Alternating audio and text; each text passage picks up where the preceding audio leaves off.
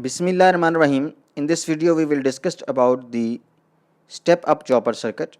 The step-up chopper circuit is shown in front of you. It consists of an inductor and the switch, which is either a BJT or MOSFET or IGBT or power BGT, and a diode, and the load is connected over here. This is our main switch, and associated with that is this diode.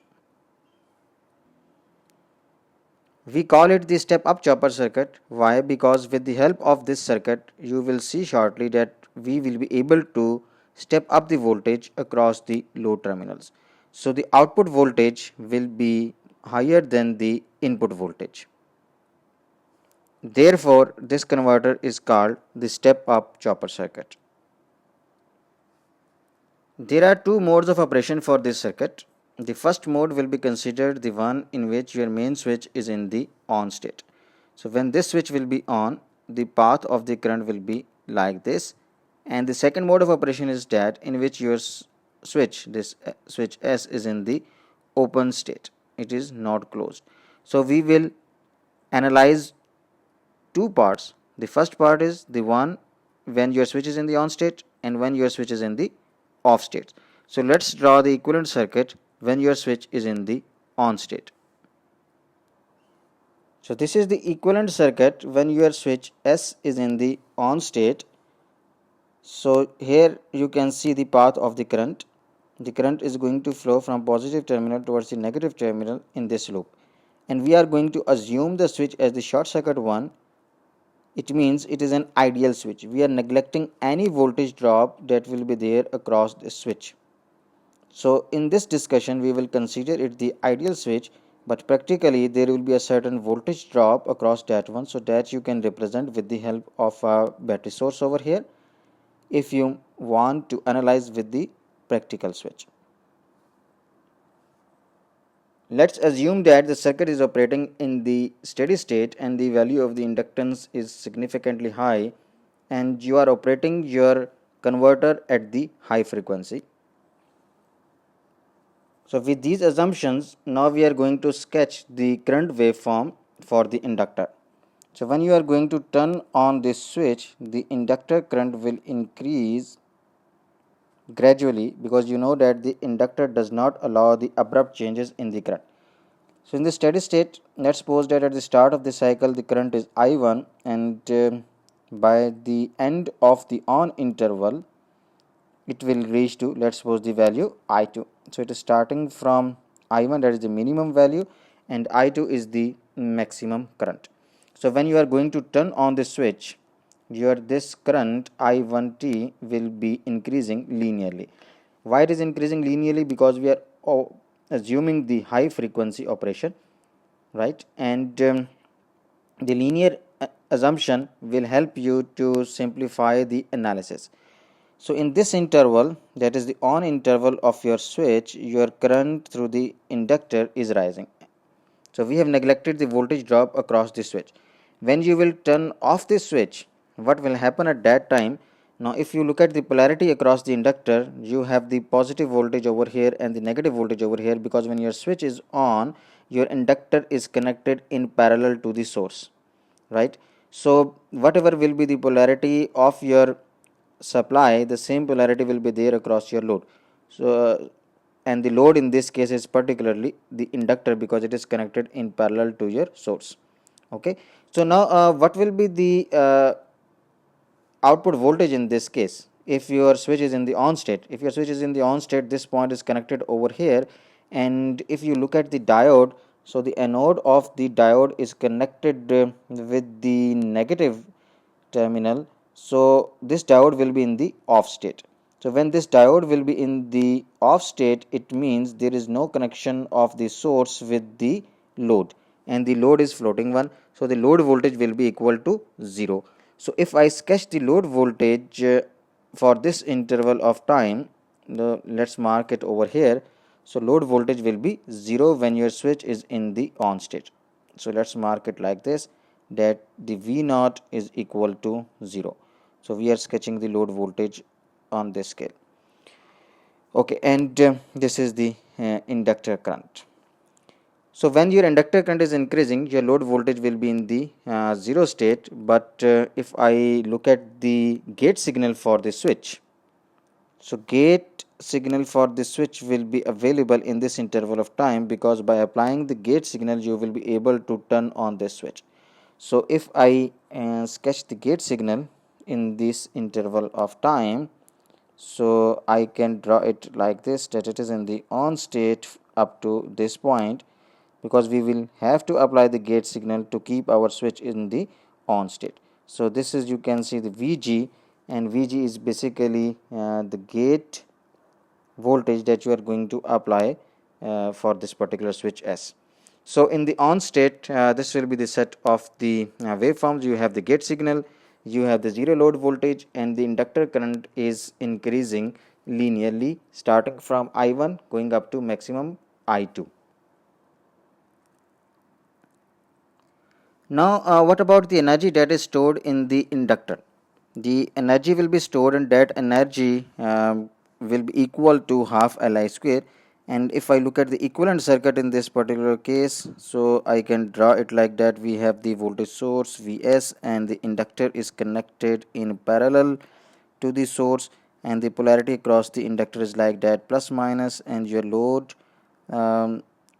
side is connected like that. Your diode is over here and the load is this one, right? And what is the status of the diode? Diode is in the open circuit state, because you can see at the anode there is the negative potential with respect to the positive one, so there is not sufficient voltage to turn on your diode.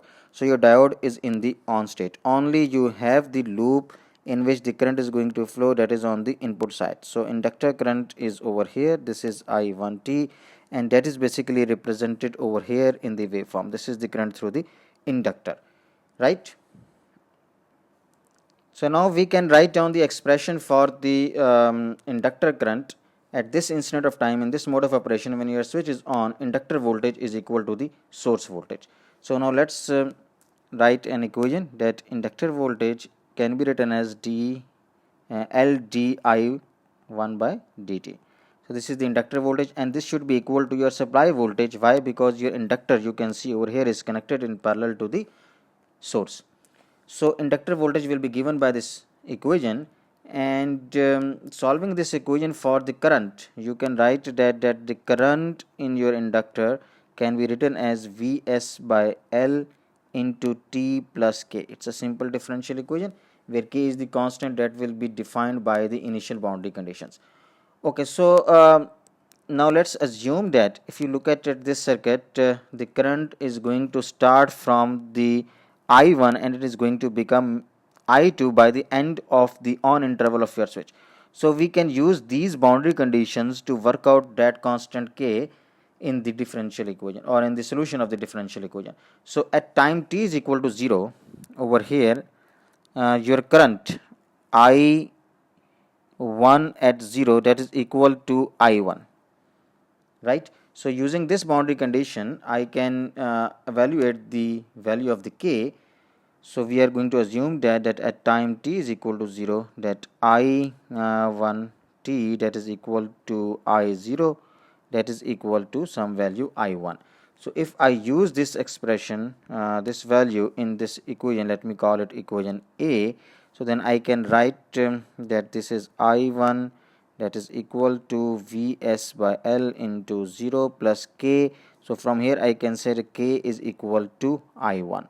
So working out the value of K, now I can write down this equation A like that I1 of t, that is equal to Vs by L into t plus I1. So this equation is defining the current in your first interval starting from 0 till the on time of your switch, right?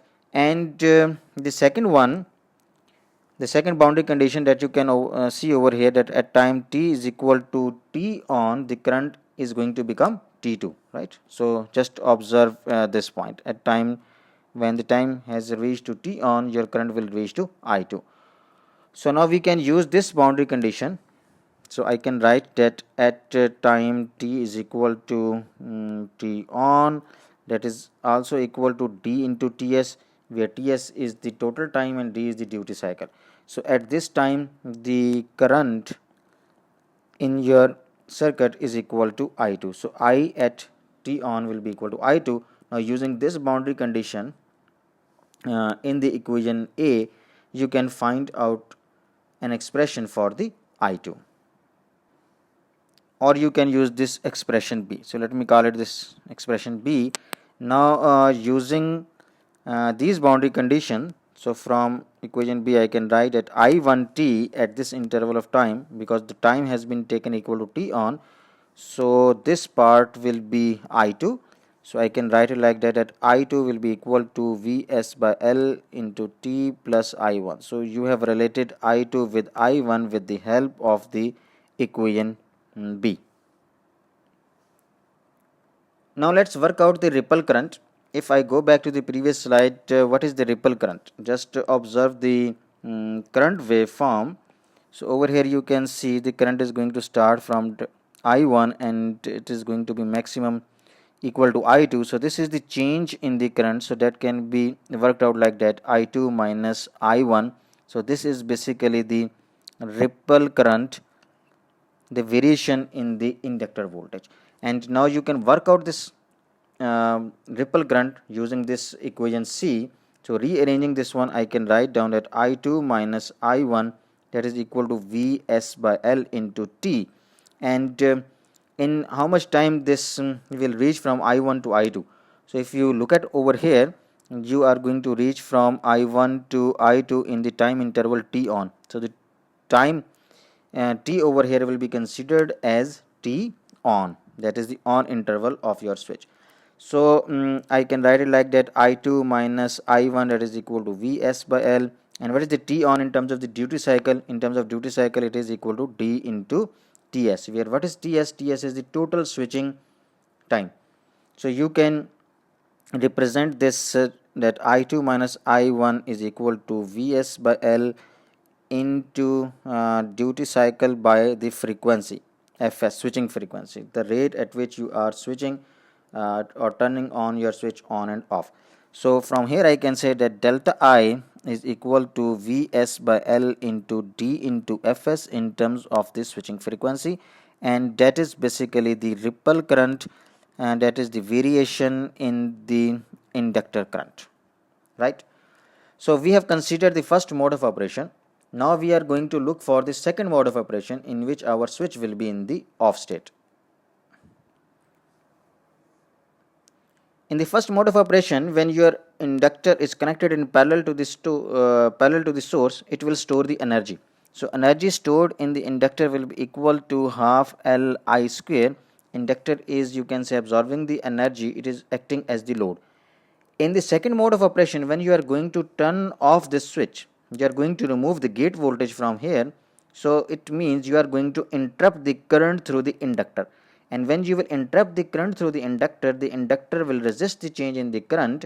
And how it is going to resist? By making the polarity opposite. This is going to become positive, this one, and this is going to become negative, and this inductor will act as the source. The energy stored in the inductor now will be delivered to the rest of the part of your circuit. And when there will be a positive voltage over here, the anode will be at positive potential now, so this diode will be turned on. So now let's look at the equivalent circuit of the chopper in the second mode of operation when your switch is in the off state. So your switch is off. So when your switch is off, you can see this is marked as an open circuit.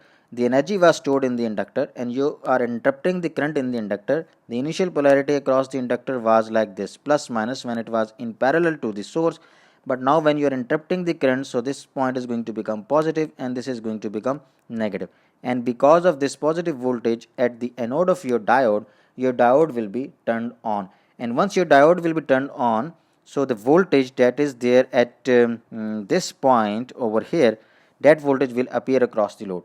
Now we will have to work out what is the voltage at this point A, right? So for that you can see, if you traverse in this loop, plus minus whatever is the voltage across your inductor plus the voltage across your source, that is going to appear between this point A and let me mark it point B. So point A to point B voltage that will be equal to the inductor voltage plus the source voltage that will appear across your load. So the voltage at the output, that will be equal to VL plus Vs, right? Because your diode is turned on. Considering that diode is an ideal, so we will assume no voltage drop across that one, and the whole of this voltage will appear across the load. But if your diode is not ideal, so for non ideal diode there will be a voltage drop across the load, across the diode. So output voltage will be equal to VL plus Vs minus whatever is the voltage drop across the diode. Let's suppose that is equal to Vd, the voltage drop over here, right? So that voltage will be subtracted from the voltage at point A, and the rest of the voltage will appear across the load 1. Now let's look at the waveforms. So over here you can see now inductor is going to act as the source. It is delivering the energy that was stored to the load in this loop. So the energy that was stored, that was equal to half Li square, and now the inductor is acting as the source. So the current through the inductor now will be decreasing. The energy stored will be utilized. So it will be the current variation in the second interval of time when your switch is in the on state and your diode is in the open state. So current will vary from I2 to the I1, right? So it must reach to the same value that was there at the start for the stable operation. If it is not going to reach back to the same value, then the operation will not be stable. So we have the periodic current, that is I t plus star, that is equal to I of t, right? So the current waveform will be periodic. You will be turning on and off the switch, and the current will be rising and decreasing. Inductor will be storing the energy in the first mode of operation, and in the second mode of operation it will be acting as the source and will be providing the energy. So the slope of the current will be negative. So this is our off interval. So let me mark it over here, that when our switch is in the on state, and this off interval can be written as d prime into ts, where d prime is equal to 1 minus d into this can be written as 1 minus d. So the total interval will be 1 minus d into ts. Okay, so what will be the output voltage in this case? The output voltage is the voltage between point A and point B, and that you can see is equal to the sum of the voltage across the inductor and the supply voltage. So your output voltage is higher than the input voltage, because input voltage is Vs, inductor voltage is now being added up with this one. So now if I sketch the output voltage, so that will be somewhat like this, right? And what will be the level of this one? The voltage level will be equal to VL plus Vs. So your output voltage is the sum of the inductor voltage and the source voltage, right? And what about the gate signal? The gate signal will be 0 in this case, because you have turned off your switch, and this Vg is basically representing the gate voltage of the switch that has been used over here, main switch. Now we have these waveforms for the off state. Now write down the expression for the voltage loop equation for this case.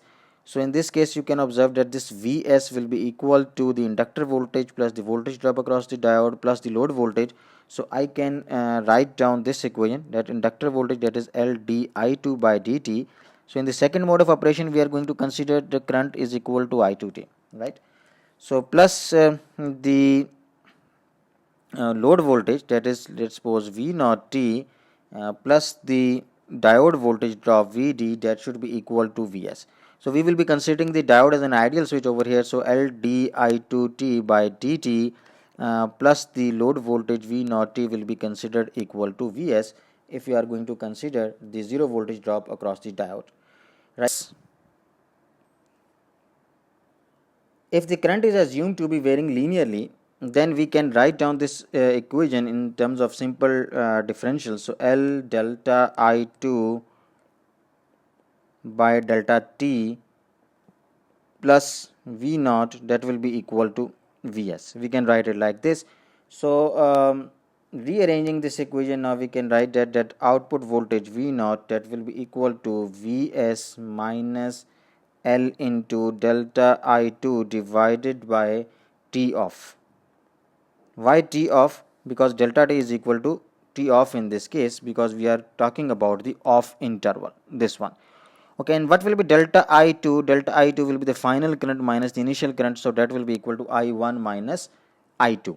So I can now replace this delta I2 in this equation, and I can write it Vs minus L into I1 minus I2. I1 is the final current and I2 is the initial current divided by the T off. Right, and I can further write it if I swap the position of I2 and I1. So I can write it Vs plus inductance into I2 minus I1 divided by the off interval, that is T off. Right, now how I can relate this equation with the on interval, because the delta I in the off and the on interval are same. The change in the current over here is the positive and over here the change of the current is negative. So these two changes in the currents when the switch is in the on state and the switch is in the off state must be equal, or their sum should be equal to 0, because it is positive, this is negative, for the stable operation of your converter circuit. So now we are going to relate this change in current with the on interval, and for that if I move back over here you can use this equation D, because I2 minus I1 is equal to Vs by L into T on. So using this we can relate the on and off interval with each other. Okay, so now using this one over here,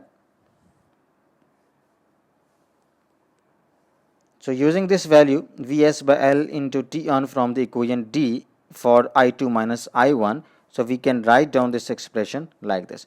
Now we can simplify it to get an expression for the V naught.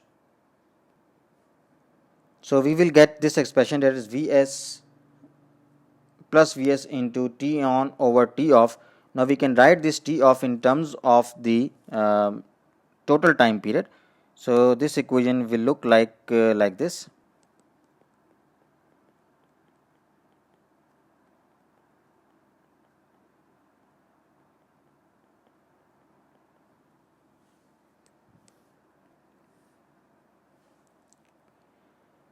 So you can write down the output voltage equation like this, that is equal to Vs divided by 1 minus D, using these basic equations those we have discussed in the previous videos.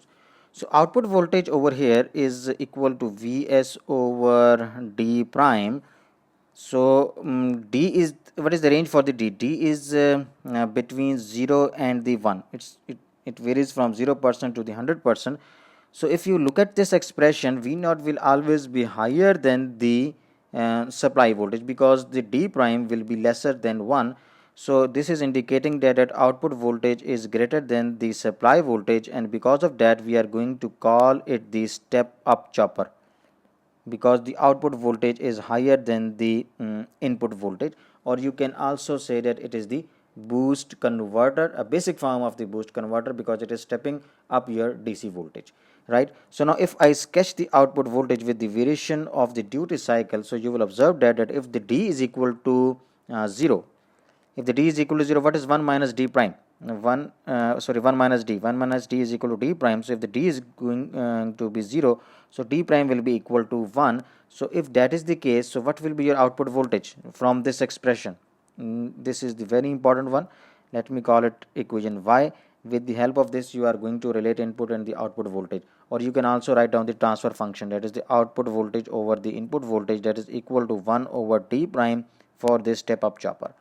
Right, so now if you take the different values of the D and look at the relationship between Vs and the V naught, that is the input voltage and the output voltage, so you will observe that it is like this.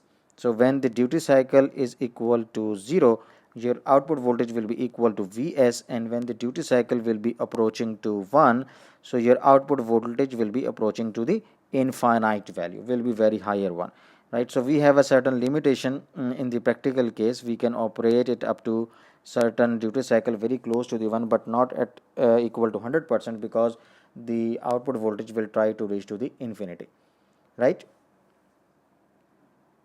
so basically we have worked on an expression that is relating the input and the output voltage of the step up chopper. So that is this one, and is also represented by this equation. You can drive this equation using the energy balance, because the energy that was stored in the inductor in the on interval must be delivered to the other components of the circuit in the interval when it is in the off state. So how you can determine the energy, let's suppose in the on state. So energy stored in the inductor in the on state will be equal to the voltage across the inductor in the on state multiplied by the average current during T on through the inductor and into the time t on. So this will give you the energy. V into I is the power, power into the time, you will get the energy. And how we can write down this expression? The voltage across the inductor was equal to Vs in the first mode of operation. If I go back and look at this slide over here, you can see your inductor is connected in parallel to the source. So your inductor voltage is the source voltage. So we will be considering this as the Vs. And now what is the average current through the inductor? Minimum current is I1, maximum current is I2. So dividing it by 2, you will get the average current into T on. So this is the energy stored in the inductor in the on state. Now in the second mode of operation, that is when your switch is in the off state, the energy stored in the inductor will be equal to the voltage across the inductor in that state into the average current through the inductor in that state into the total time T off. Now let's go back to the previous slide and let's look at the inductor voltage over here. So the total voltage between point A and B is VL plus Vs. And what's the voltage across this inductor? The voltage across the inductor can be determined like that on the input side we have the voltage Vs, and on the output side we have the voltage V naught, right? So the difference of these two voltage is basically the voltage across the inductor, right? So we are going to use this one over here. So voltage across the inductor now can be written as, that is, output voltage minus the supply voltage into the current, average current through the inductor. So average current through the inductor is I1 plus I2 divided by 2. I1 is the minimum value, I2 is the maximum value, into T off. So you will get the total energy stored in the inductor. Now if the chopper is lossless, if chopper is lossless means there is no loss of the energy. So for that case, W1 should be equal to W2. So what is W1? This is the energy stored in your inductor in the on interval, and W2, let's suppose, is the energy stored in the inductor in the second mode of operation. So from here I can write down the expression that is Vs into I1 plus I2 divided by 2 into T on, that must be equal to V naught minus Vs into I1 plus I2 divided by 2 into T off, right? And from here I can simplify it like that. I can write Vs into T on, that will be equal to V naught minus Vs into T off. So this term will be cancelled out from both sides, this one and this one, and you can write it like this. And now we can modify it, and we can represent like that V naught into T off, that is equal to Vs into T on plus T off, rearranging this equation. And from here I can say that V naught is equal to Vs into T over T off, because this T on plus T off is equal to the total time period. So I am going to write it like Ts, right? So Vs into Ts by T off, and this can be written as Vs into T divided by Ts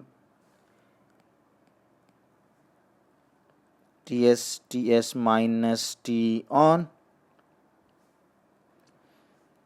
So finally we can write that V naught by Vs is equal to 1 by D prime. So if I summarize this video, we have worked on an expression that is relating the input and the output voltage of the step up chopper that we have shown over here, and we have seen that how we can determine the currents in the different states. State 1 is the one in which your switch is in the on state, and state 2 is the one in which your diode is in the on state. And then we have seen the analysis of this chopper circuit. So that's all from this video. Thank you very much.